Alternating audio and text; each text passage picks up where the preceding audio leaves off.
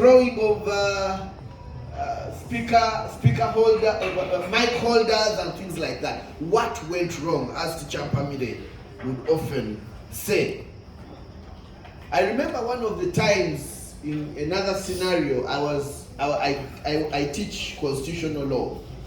And so I was teaching this course, I gave an assignment, and someone came to me and asked that they would like to exchange their script for another script.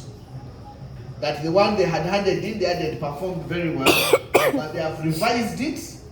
And for a sum certain in money, like we say in law, they were ready to pay me to exchange their script for the one that they have now revised. And for about 30 minutes, we held a conversation with me trying to convince this gentleman that what he was asking of me to do was wrong. Actually, he left saying, today is not my day. There are other scenarios where I have had to defend a young man who had hardly been 6 months at his job with an NGO, and he was caught stealing. This is a young man with a degree. He has been able to get this amazing job. And there and then I am called to defend him, to apply for bail, because he has been caught, in the words of Elias Lukwango, flagrante delicto, with his hand in the till. What would cause situations such as that from happening? My barber in Wandegea was arrested during COVID times because he was dispensing the Covidex that had been, it was the fake Covidex. I didn't get to know why or what had happened, but when he was finally out, he told me that the person who was supplying him the drug was a medical doctor. And so he was really beaten as to how a medical doctor would sell a fake Covidex drug to him, and then he would also dispense it. In fact, he was the person who reported to police, but unfortunately, he was one of those who were arrested as suspects. You may be wondering why I am telling you all these stories. It's simply because we need to understand why is it that with a university degree, some of these scenarios continue to happen. I know that it is true that not everyone, for example, in parliament has a degree, because the requirement is the equivalent of, I think, senior 6 certificate USCE. But ideally, education, there should be an assumption that education should be the thing that makes us better. That is not just a paper, but we get educated and not only being learned. But there are even more stories, and I know my friends from Rotaract, the Rotarians, can talk about these ones, of the abusive workmates that you might have. You know, you're working together, you have the same portfolio, of the same qualification, but there are those workmates of ours who are really abusive. They cannot hold a conversation without expletives. It's F that, F this, S that, S the other. And when they are talking to you, they do not have what we call the emotional intelligence to guard and speak well in a situation. You have heard of situations, including in Rotary, where you fail to work with others, isn't it? Am I talking to Rotarians and Rotaractors, or am I talking to strangers? Have you had situations where you have failed to work with individuals, even within Rotary, because they are horribly unpleasant to work with? And oftentimes people just withdraw their voluntarism and seek either another club or to go elsewhere. Or it could be a supervisor at the workplace who fails you. So So the question is, why is it that even with a degree, even after I have gone to a university, I still come short? What went wrong? Now, ideally, education is the act that we see, or the process of imparting or acquiring general knowledge, developing the powers of reasoning and judgment, and generally preparing oneself or others intellectually for mature life. That is one of the definitions we can have of education. Or the act or process of imparting or acquiring particular knowledge or skills for a profession. That is one of the definitions we can have of education. Aristotle, who some of you might have heard about, said education is the process of training man to fulfill his aim of exercising, listen to this, all the faculties to the fullest extent as a member of society. Exercising all your faculties to the fullest extent as a member of society. Socrates says education means the bringing out of the ideas of universal validity which are latent in the mind of every man. There are different types of education, and you can even ask your neighbor, what does education mean to you? What is education to you? There are different types. There is formal education, which many of us are familiar with, usually at school. There is non-formal education. It may be structured, it may be usually pre-arranged. And then there is informal education, which is unstructured, it's voluntary. Learning is not evaluated. Formal education, we know. We all can brandish at least a certificate of one kind or another. Non-formal education, you are in a certain space and you begin to learn certain things. For example, you may learn how to speak, how to socialize with others without necessarily getting a specific certificate for that. And then there is informal education. For example, how to tie a tie, how to comb your hair, how to speak. You get it? That's informal. Should I polish my shoes? Should I not wear socks, the same socks every day of the week? That's informal education that we learn by observing others. Right? We learn by hearing people speak, how they relate, and so on and so forth. Even within Rotary, you learn that there is the object of Rotary. Nobody is going to give you a certificate after that necessarily. Right? You learn how to address people as PE, PP, PN. My sister was asking me, what does PE mean? And I told her what it meant. I don't want to tell you what I told her, lest it's not the truth. What is education to you? Is a question I would like to ask. The online audience will be able to see a picture that I have placed there of an old man in Kenya who went back to school. He was probably about 80 or 85 years old. And the question there is, in that school, doing what is the equivalent of primary education, was that man uneducated all along? For the 80 years, was he uneducated? Or was he educated in other spaces but lacked formal education?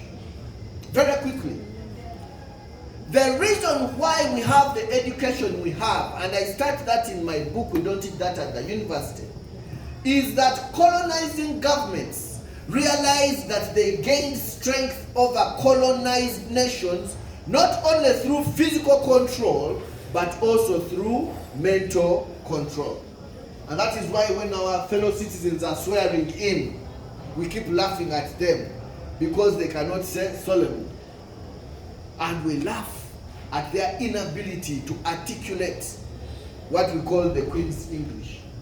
The mental control was carried out throughout education, And their goal was to expose the learners to what they preferred to call a superior culture, while ours was an inferior culture.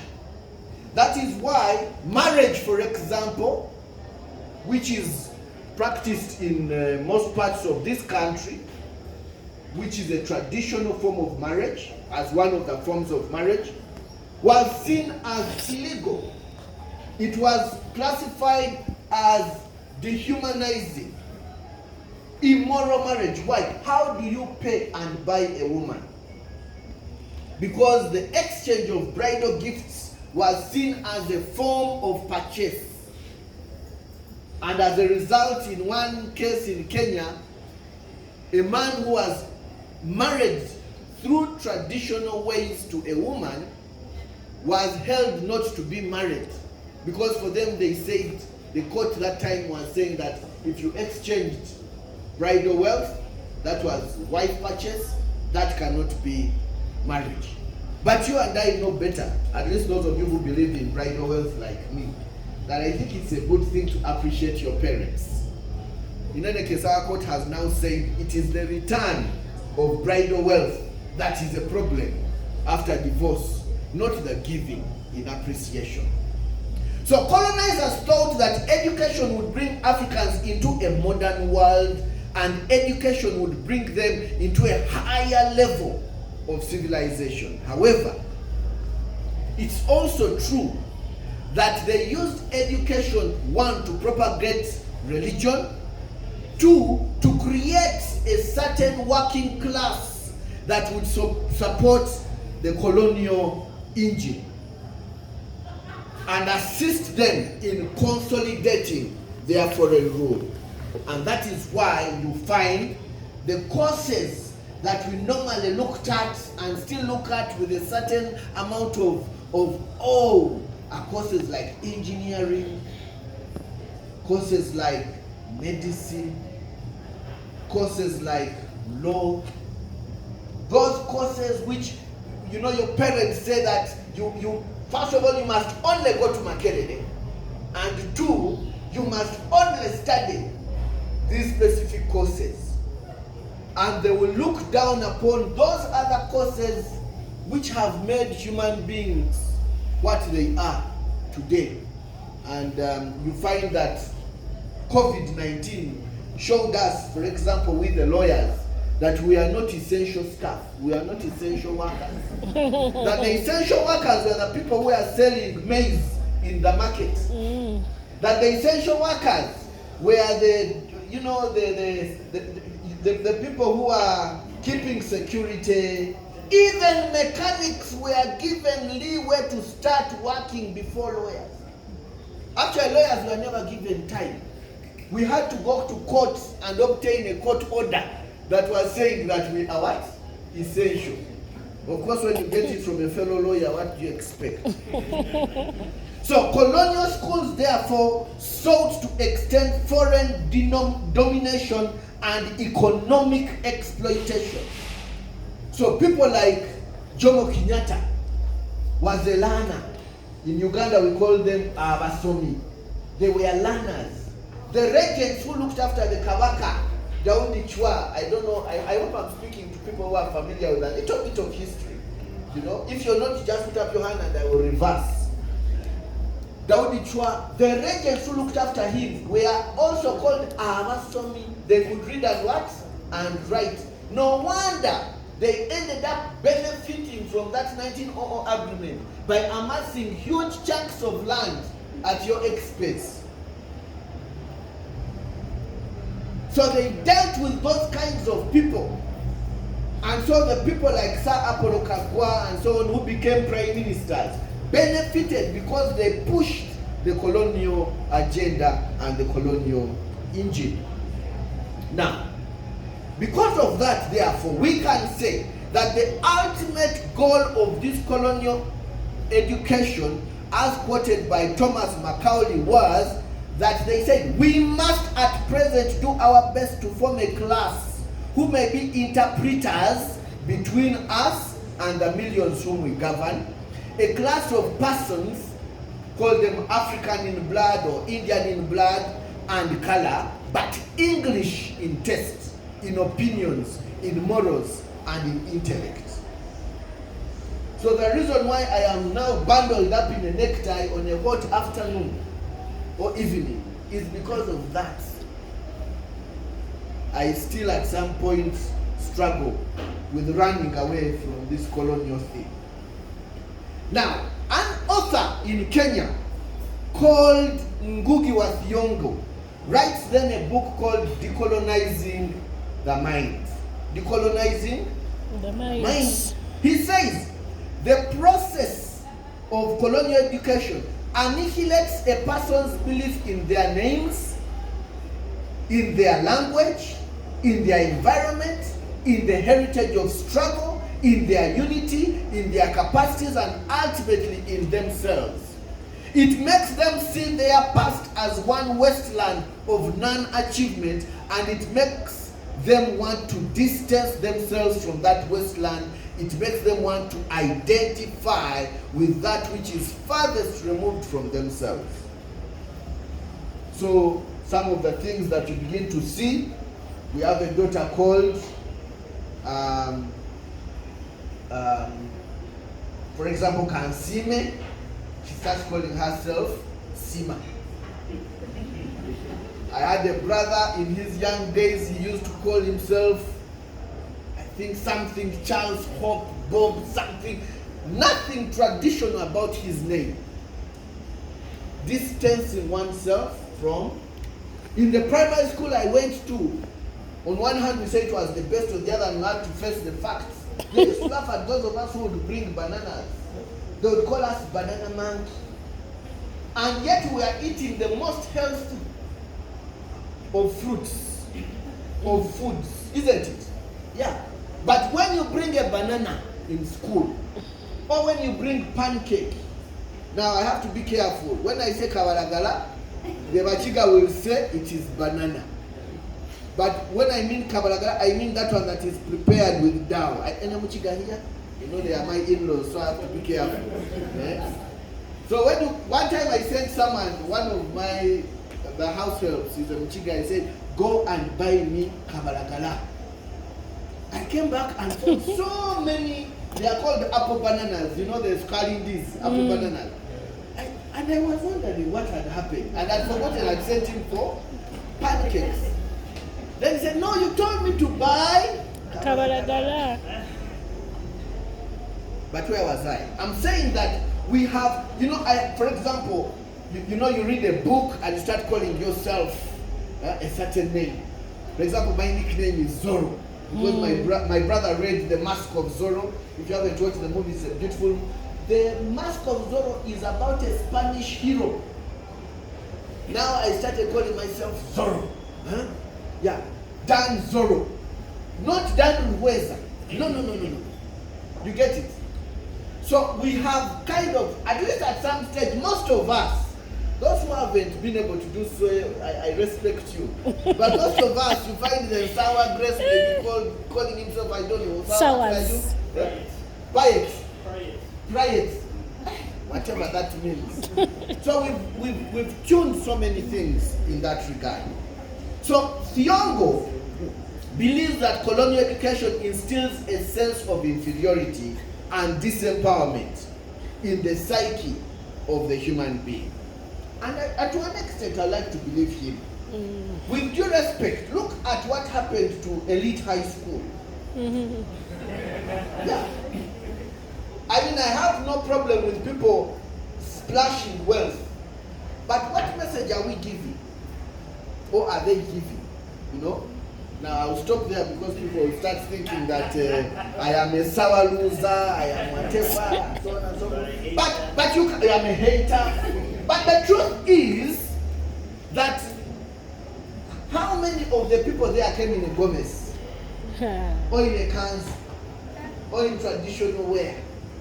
You know? The other day my brother is a journalist. He went to Ghana to receive a prize as a journalist. When he received the prize, he decided to dress up in back cloth. Now the truth is, for me, I don't like back cloth that much. Because it reminds me of dead people. Because they tend to bury people in what? In back cloth. But when you think about it objectively, back cloth is a unique innovation at clothing, at dressing up. You know, but that's a conversation we can have another day. Let's rush now to the university. At the university, these are the assumptions that I found based on my experience as a student, and then working in the offices, and then when I went back as a lecturer, and the things that I normally do. Assumption number one is students know what they want to do, when to do it, and how to do it. Assumption number two, students are brilliant. They have very high IQ and high EQ, and have been prepared for the university and also tertiary institutions of learning. Number three, students know how to deal with failure. That one you can even say, whoa, away. Number four, students are mature enough when they join the university. Number five, when you leave the university, you will get ready for life. And number six, I will repeat it, students know how to deal with failure. It is not true. All those were assumptions that at least I made as a lecturer, and that I saw were being made about me as a student. Because those of you who've been to either a university or a tertiary institute, how many times did the lecturer run around looking for you in the house or the hostel or wherever?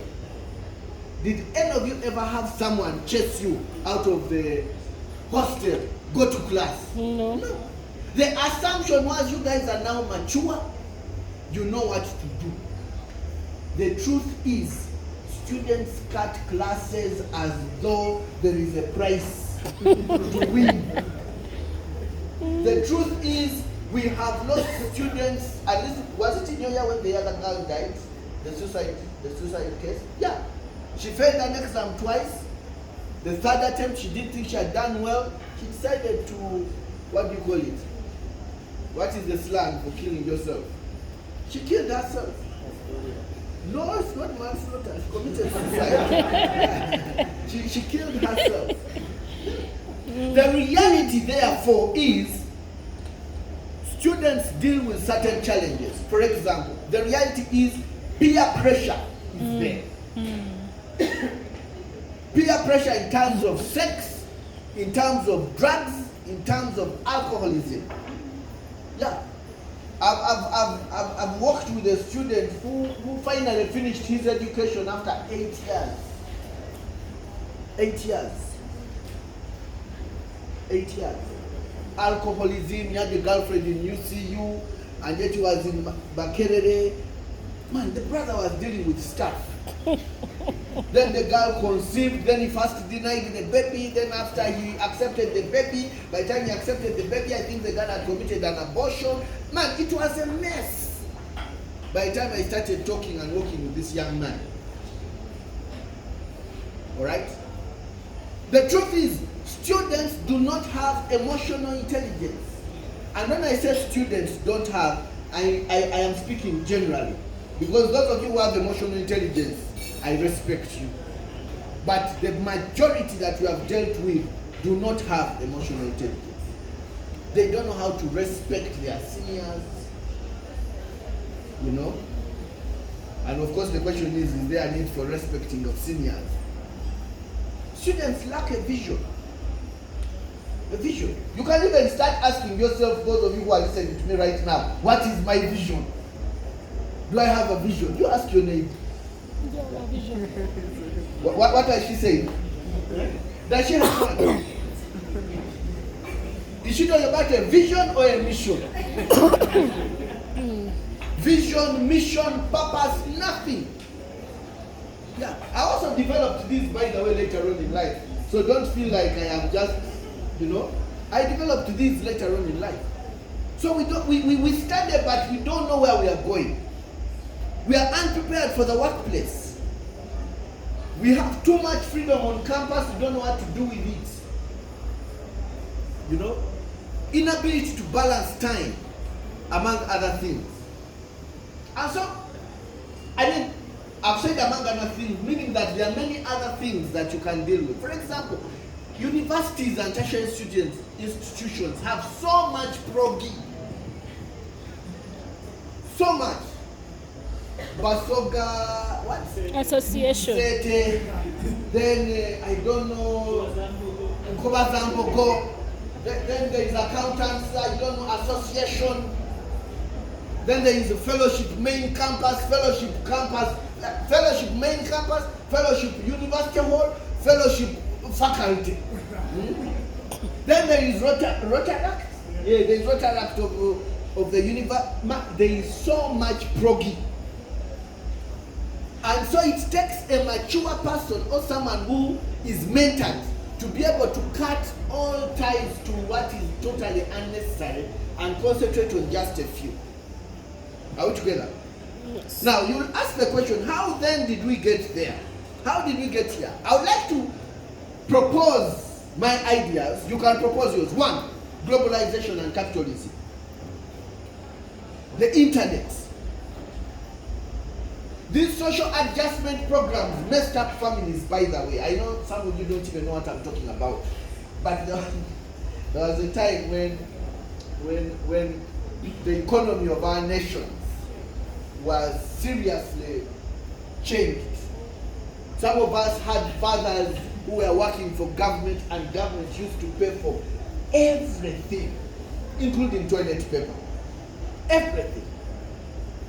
And so you can imagine a father like that who never pays for fuel, never pays for water, never pays for anything, being kicked out of his job, without a house, without anything. And some of our fathers suffered as a result of this social adjustment, structural and social adjustment program. War and breakdown of family. You know, we discuss this in other fora whereby we talk about, for example, the place of the father. That's why I think it's this year, or was it last year, when the priority of Rotary was the boy child. This year, yeah, actually it's this year, because the governor realized, man, the DG realized the boy child are going and this is a huge reality. You know, for some of us who teach in the university, we see it full blast. Girls are leading, girls are the ones answering questions, girls are the ones who are volunteering, girls are the ones, even when you organize a meeting to say, I want to meet the boys, the girls are saying, we also want to be involved, you know? Yeah. So the father figure is such a critical thing in helping. So, and I remember one of those manhood versus men's conversations we had. A girl put up her hands and said that, but why are these boys not serious?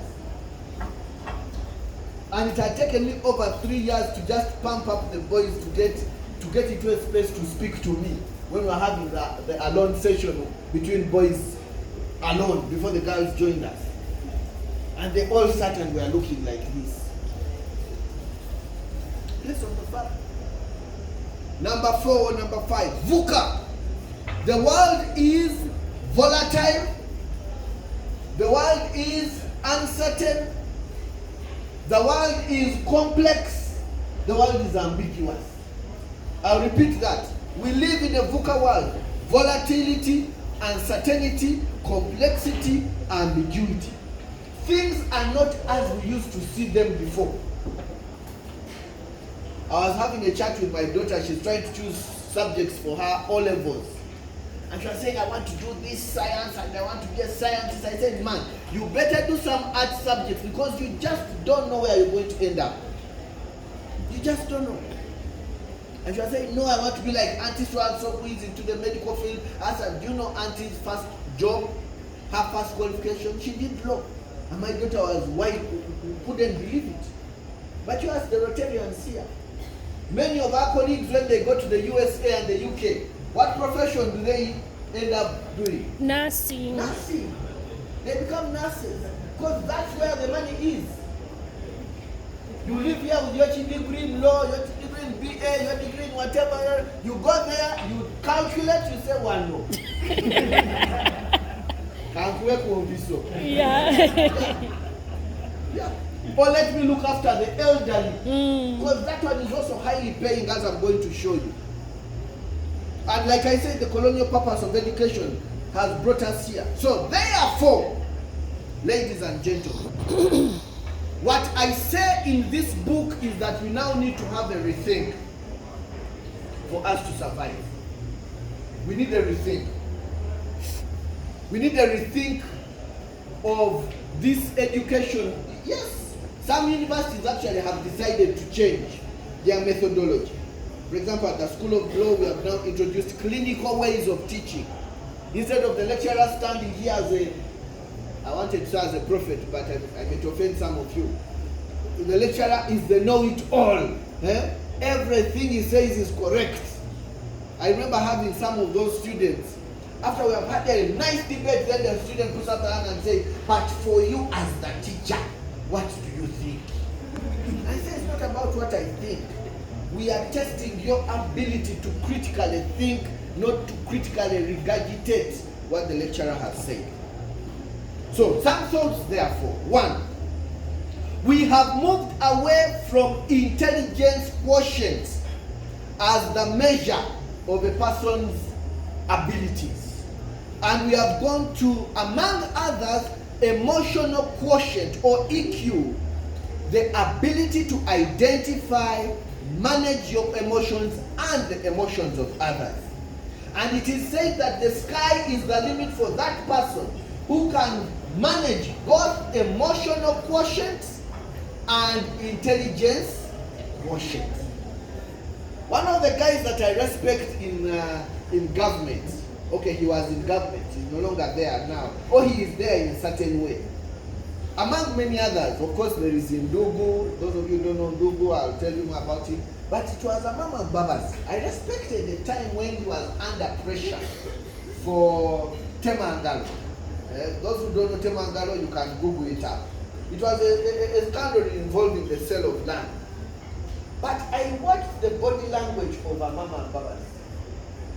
His ability to keep calm in times of hardship impressed me. Alright? Now there are others who failed. There is one who pointed a gun at another one's wife.